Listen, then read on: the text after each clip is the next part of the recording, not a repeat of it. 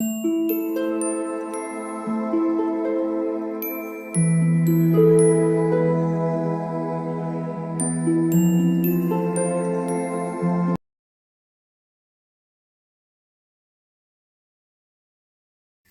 All of you, welcome back to my channel. मैं आज आप लोगों के लिए लेकर आ चुकी हूँ एक कलेक्टिव रीडिंग जिसका टॉपिक रहने वाला है कि आपके क्रश करंटली आपके लिए क्या फील कर रहे हैं, आपके क्रश क्या सोच रहे हैं, क्या उनकी फीलिंग्स हैं, क्या उनका ध्यान आप पर है भी या नहीं है, कहीं और ध्यान है तो हम ये देखने की कोशिश करेंगे।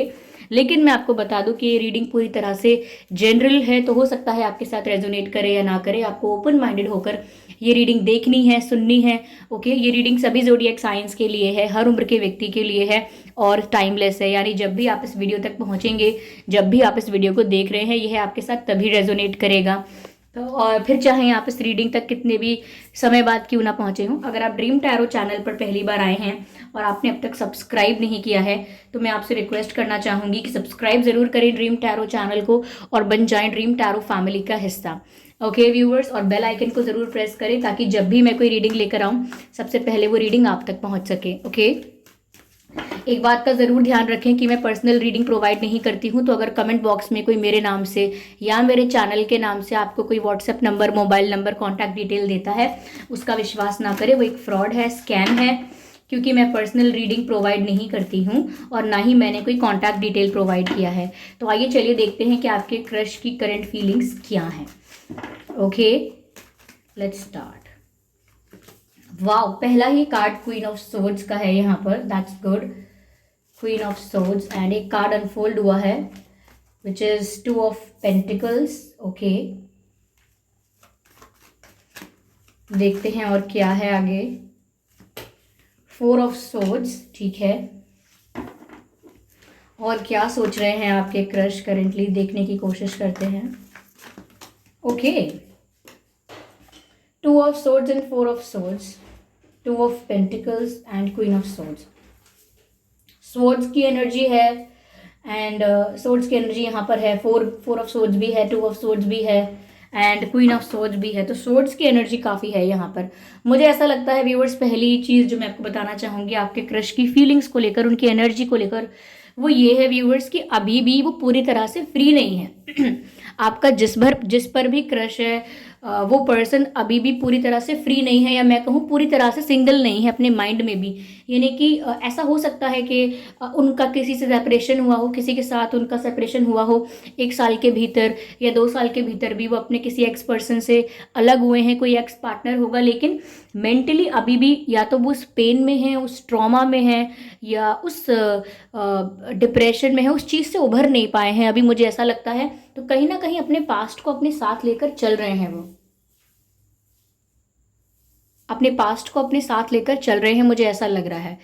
अपने पास्ट को लेट गो नहीं किया है, चाहे वो पास्ट अच्छा रहा हो या बुरा रहा हो। लेकिन जितना मैं देख पा रही हूँ, मुझे ऐसा लगता है इनका जो पास्ट रहा है, इनका जो लव लाइफ का पास्ट रहा है, ये जो रिलेशनशिप का जो पास्ट रहा है, वो बहुत ज़्यादा हैपनिंग, बहुत ज़्यादा हैप्पी नहीं रहा है। कुछ ऐसा एक्सपीरियंस हुआ है जिसकी वजह से विश्वास उठ गया है इनका प्यार पर से, या सच्चाई से, या मतलब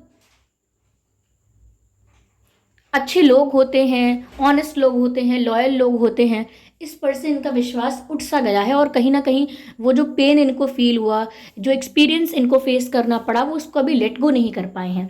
ये टू ऑफ पेंटिकल्स का कार्ड, मुझे ऐसा लगता है कि ये इल्यूजन और रियलिटी के बीच में जगल कर रहे हैं आपके क्रश। यानी कि अभी भी अपने पास्ट के बारे में सोचते रहते हैं और प्रेजेंट को भी अच्छे से डील नहीं कर रहे हैं, क्योंकि पास्ट के बारे में सोचते रहते हैं।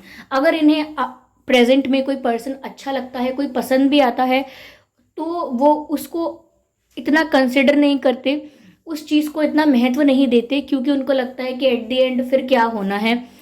लोगों पर विश्वास करना तो बहुत खतरनाक हो सकता है, और सब इसी तरीके से फीलिंग्स का फ़ायदा उठाते हैं या छोड़ देते हैं, ऐसा कुछ। तो वो कहीं ना कहीं अभी भी पास्ट और प्रेजेंट में जगल कर रहे हैं, पूरी तरह से अपनी प्रेजेंट लाइफ को खुल के नहीं जी रहे हैं। एक पर्सन जो होता है ना, जो एक रिलेशनशिप के लिए, किसी न्यू पर्सन के लिए ओपन होता है कि I am open to new relationships, I am open to be with someone, ये अभी उस उतने ओपन नहीं है। अगर इनसे आप बातें भी करेंगे, इनके साथ नज़दीकियाँ बढ़ाएंगे, तो भी ये आपको अपने पास्ट रिलेशनशिप की कहानियाँ सुना सुना के पका देंगे, क्योंकि ये उससे अभी बाहर ही नहीं आ पाए हैं।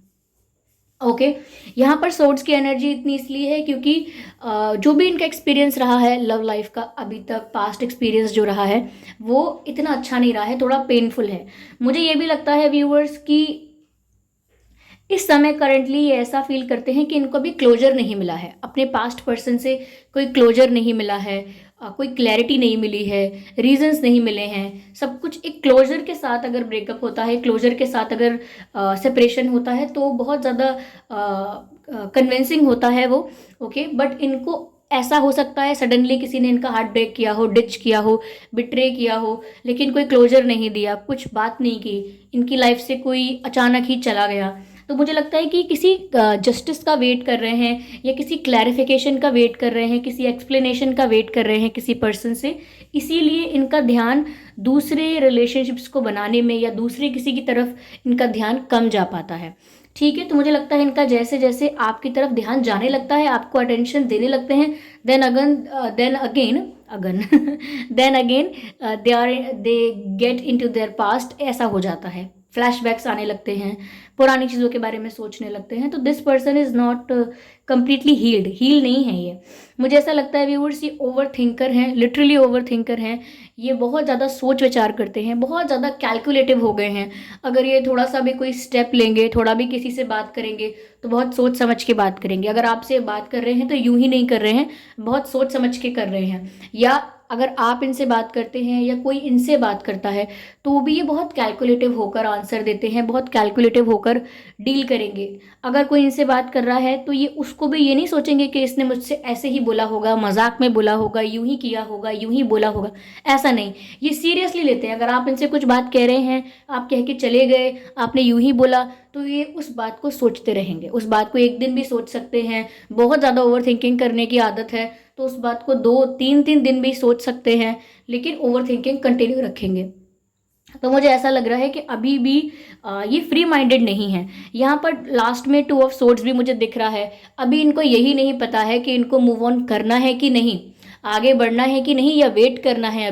अभी भी बहुत स्टक नज़र आ रहे हैं। क्यों? क्योंकि अपने पर्सन से अभी भी एक्सप्लेनेशन, जो भी इनका एक्स पर्सन है उससे अभी भी एक्सप्लेनेशन या उससे कुछ अभी लेन देन बाकी है, कोई एक्सचेंज बाकी है। हो सकता है कोई लीगल मैटर हो, अगर डाइवोर्स मैटर है या कोई और मैटर है, कोई डिस्प्यूट है, कोई लीगल मैटर है, वो भी हो सकता है इनके स्टक होने की वजह। लेकिन ये भी हो सकता है इमोशनली स्टक हैं या क्लोजर नहीं मिला है, क्लैरिटी नहीं मिली है, उस वजह से स्टक हैं। तो मुझे लगता है अभी भी ये इस चीज़ में स्टक हैं कि क्या करें, आगे बढ़ें या ना बढ़ें। ओके, तो कोई क्लैरिटी नहीं है, विजन नहीं है, अभी प्लानिंग कुछ नहीं करना क्या है आगे, इसीलिए आपकी तरफ ध्यान जाने लगता है। लेकिन अगेन ये अपने पास्ट में जंप करते हैं फिर। ओके, वापस वहीं जंप कर लेते हैं अपने पास्ट में जब भी इनका ध्यान किसी और की तरफ जाने लगता है, क्योंकि इनका पास्ट का ट्रॉमा इनको पूरी तरह से फ्री नहीं होने देता। That's what I can see. चलिए इसको और क्लियर करने की कोशिश करते हैं। Give me a moment viewers. Okay viewers, आपके जो क्रश है ना, हो सकता है या तो ये चश्मा पहनते हैं या आप चश्मे पहनते हैं, ऐसा मुझे लग रहा है। और काफी गुस्से वाले हो सकते हैं आपके क्रश। लेकिन ये पर्सन जो है वो ऑनेस्ट है। ये पर्सन काफी लॉयल हो सकते हैं, ऑनेस्ट हो सकते हैं, ये रिश्तों की वैल्यू समझते हैं। मुझे ऐसा भी लग रहा है कि अगर इनकी आपसे बात हो चुकी है और ये आप में इंटरेस्ट दिखा रहे हैं, तब भी आपको लगता होगा कि ये ऑन एंड ऑफ सिचुएशन क्यों चलती रहती है। कभी लगता है कि बहुत इंटरेस्ट दिखा रहे हैं, कभी लगता है कि इग्नोर कर रहे हैं। वो इसी वजह से ये ऑन एंड ऑफ कर रहे हैं, क्योंकि इन्हें खुद नहीं पता है कि इन्हें अभी आगे बढ़ना है या नहीं बढ़ना है। इनको क्लैरिटी नहीं है अभी, ये सोच में पड़े रहते हैं हमेशा, बहुत ज़्यादा थिंकिंग करते हैं ये। कन्फ्यूजन, देखिए कन्फ्यूजन का कार्ड आया है। आई होप ये विजिबल हो, आपको दिख रहा है व्यूअर्स। ये कार्ड जो है ये कन्फ्यूजन का कार्ड है। तो ये कार्ड का मतलब ये है कि यहाँ पर कोई पर्सन है जो कंफ्यूज है अपनी ही लाइफ को लेकर। आपके क्रश लिटरली अपनी ही लाइफ को लेकर कंफ्यूज हैं, उनको अपनी ही लाइफ को लेकर ज़्यादा क्लैरिटी नहीं है। ओके, मुझे ऐसा लग रहा है कि कभी कभी इनके पास्ट पर्सन जो हैं, जो भी इनके एक्स हैं, वो दोबारा इनसे बात करने लगते होंगे, दोबारा इनको फ़ोन करने लगते होंगे, मैसेज करने लगते होंगे या कहीं मिल जाते होंगे इनसे। तो अगर ये मूव ऑन करने की कोशिश भी कर रहे होते हैं तो दोबारा अपने पास्ट पर्सन की यादों में खो जाते हैं, या उनसे बात करके या मिल के इनके अंदर दोबारा कोई होप आ जाती है, दोबारा कुछ सोचने लगते हैं, दोबारा ओवर थिंकिंग करने लगते हैं। तो इनके पास्ट पर्सन जो भी हैं वो इनको पूरी तरह से फ्री कर भी नहीं रहे हैं व्यूअर्स। ये अगर उनका फ़ोन आ जाए, उनसे बात हो जाए, तो आज भी ऐसा हो सकता है कि टच में हो अपने एक्स के साथ, और अभी भी इनका जो एक्स पर्सन है वो अभी भी इनके दिमाग या इनके इमोशंस के साथ खेल रहा हो, ये पॉसिबल है। तो इनकी व्यूअर्स मुझे ऐसा लगता है कि कंफ्यूज हैं ये, ओके, काफ़ी चीज़ों को लेके कंफ्यूज हैं, अपनी लव लाइफ को लेके तो एब्सोल्युटली कंफ्यूज हैं। इनलाइट व्यूअर्स, इनको थोड़ा ध्यान लगाने की ज़रूरत है, मेडिटेट करने की ज़रूरत है, और सब कुछ डिवाइन को सरेंडर करने की ज़रूरत है। अगर ये डिवाइन को सरेंडर नहीं करेंगे और खुद ही सिचुएशन को कंट्रोल करने की कोशिश करेंगे तो ऐसे ही कंफ्यूज रहेंगे, ओके। इन्हें अपने लाइफ के अच्छे सिचुएशंस और बुरे सिचुएशन और गुड न्यूज़ और बैड न्यूज़ सब डिवाइन को सरेंडर करने की ज़रूरत है। आइए देखते हैं कि और क्या है यहाँ पे। ग्रोथ व्यूअर्स, कहीं ना कहीं मुझे लगता है कि ये चाहते तो हैं ये आगे बढ़ें, यानी कि मूव ऑन करें, आगे बढ़ें, अपनी लाइफ पर ध्यान देना शुरू करें। दे वॉन्ट दैट, लेकिन ऐसा हो नहीं पा रहा है। ये चाहते हैं, इनका इंटेंशन यही है कि ये आगे बढ़ जाएं और आपको ज़्यादा अटेंशन देना शुरू करें, या आपके प्रति जो भी इंटरेस्ट या लाइकिंग इनके अंदर जनरेट हो रही है उसको शो करना, एक्सप्रेस करना शुरू करें। लेकिन बस वही कन्फ्यूजन है, जो प्रॉब्लम है, उस वजह से नहीं कर पा रहे हैं ये। गिव मी अ मोमेंट, मैं यहाँ पर इस डेक से भी कुछ कार्ड्स लेना चाहूँगी।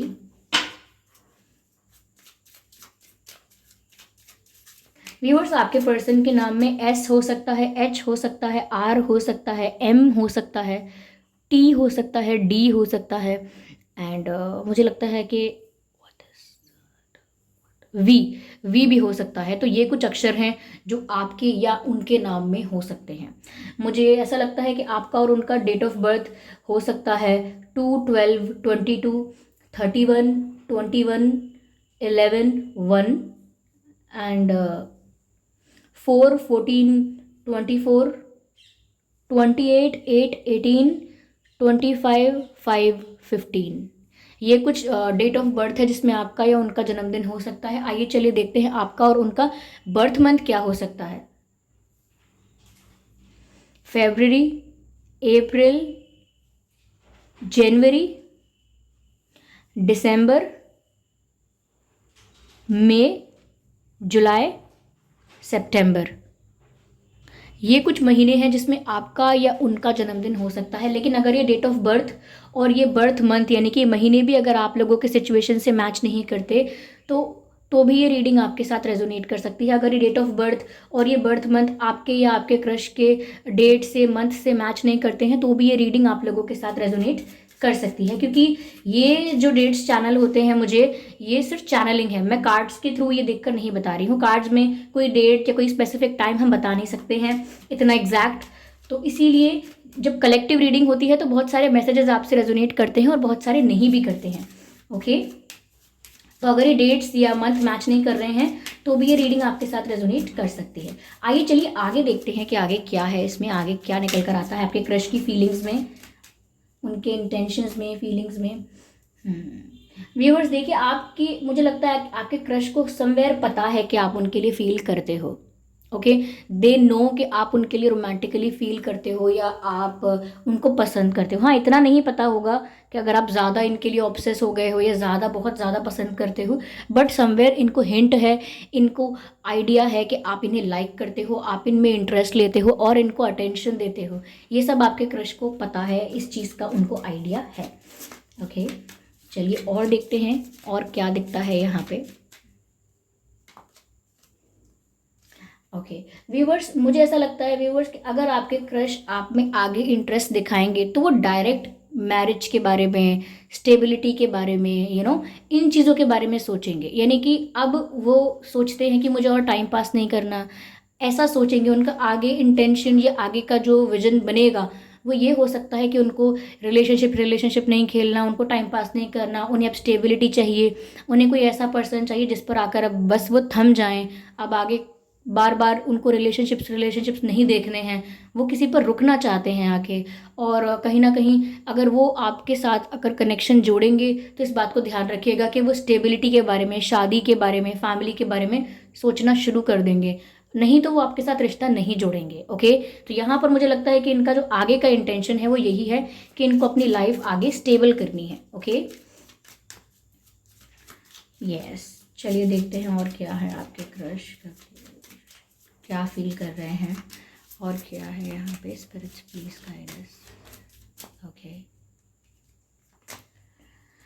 पैशन। ओके व्यूअर्स, आपके लुक्स या आपका जो भी जैसे भी आप दिखते हैं वो काफ़ी अट्रैक्टिव है आपके क्रश के लिए। आपके क्रश आपकी तरफ बहुत ज़्यादा अट्रैक्टेड फील करते हैं। यस, आप व्यूअर्स काफ़ी हॉट लगते हैं, काफ़ी गुड लुकिंग हैं, काफ़ी चार्मिंग हैं, काफ़ी अट्रैक्टिव हैं, तो आपके क्रश का ध्यान इसीलिए ज़रूर चला जाता है आप पर।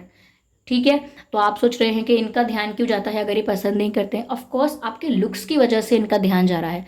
ये आपको एज अ पर्सन अभी बहुत अच्छे से जानते नहीं हैं, यहाँ ऐसा लगता है। और अगर आप इनसे सोशल मीडिया पे मिले हो तो इन्होंने आपके पिक्चर्स देखे हैं, आपको देखा है, तो आपके लुक्स की तरफ इनका झुकाव ज़्यादा है, आपके लुक्स की तरफ अट्रैक्शन होना शुरू हुआ हो सकता है। ओके, मुझे ऐसा लगता है यहाँ पर।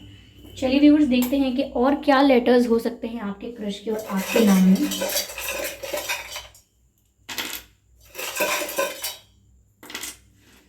ओ हो सकता है आपके और आपके क्रश के नाम में, ओ हो सकता है, ए हो सकता है आप दोनों में से किसी के नाम में, एफ हो सकता है व्यूअर्स, FAO, और आर भी हो सकता है आप दोनों में से किसी के नाम में, एच भी हो सकता है आप दोनों में से किसी के नाम में, और यू हो सकता है, UHRFAO,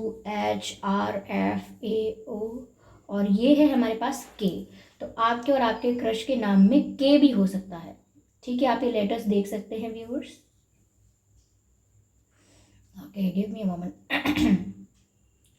UHRFKAO, ये कुछ अक्षर है जो आपके या आपके क्रश के नाम में हो सकते हैं। ठीक है व्यूअर्स, मुझे यहाँ पर ऐसा भी लगता है जो चैनल हो रहा है इन लेटर्स के through,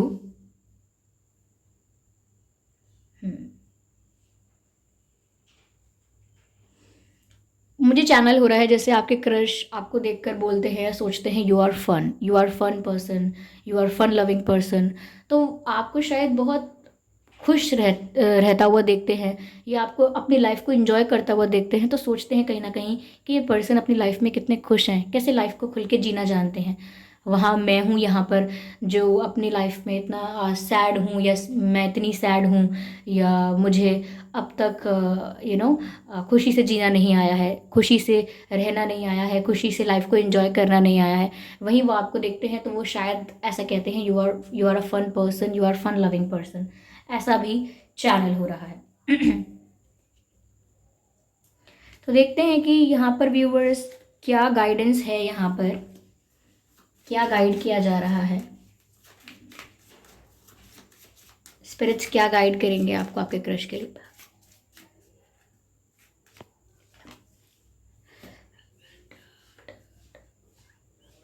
trust and thrive. Viewers देखिए, आपको डिवाइन पर भरोसा रखना है कि आप जो पॉजिटिव मैनिफेस्ट कर रहे हैं वो पॉजिटिव आपकी लाइफ में आएगा। ट्रस्ट करके आगे बढ़ना है, बस इतनी सी बात है। पॉजिटिव मैनिफेस्ट करना है, लेकिन थिंकिंग को पॉजिटिव करना है और ट्रस्ट करना है डिवाइन पर। बाकी इनको ज़बरदस्ती कंट्रोल करने की कोशिश नहीं करनी है, इनकी लाइफ को इन्वेड करने की कोशिश नहीं करनी है। ये अपने आप कंफर्टेबल होंगे तो ओपन अप हो जाएंगे। तो व्यूवर्स, ये थी रीडिंग। आई होप ये रीडिंग हेल्पफुल रही है, रिलेटेबल रही है, इस रीडिंग ने आपको गाइड किया है।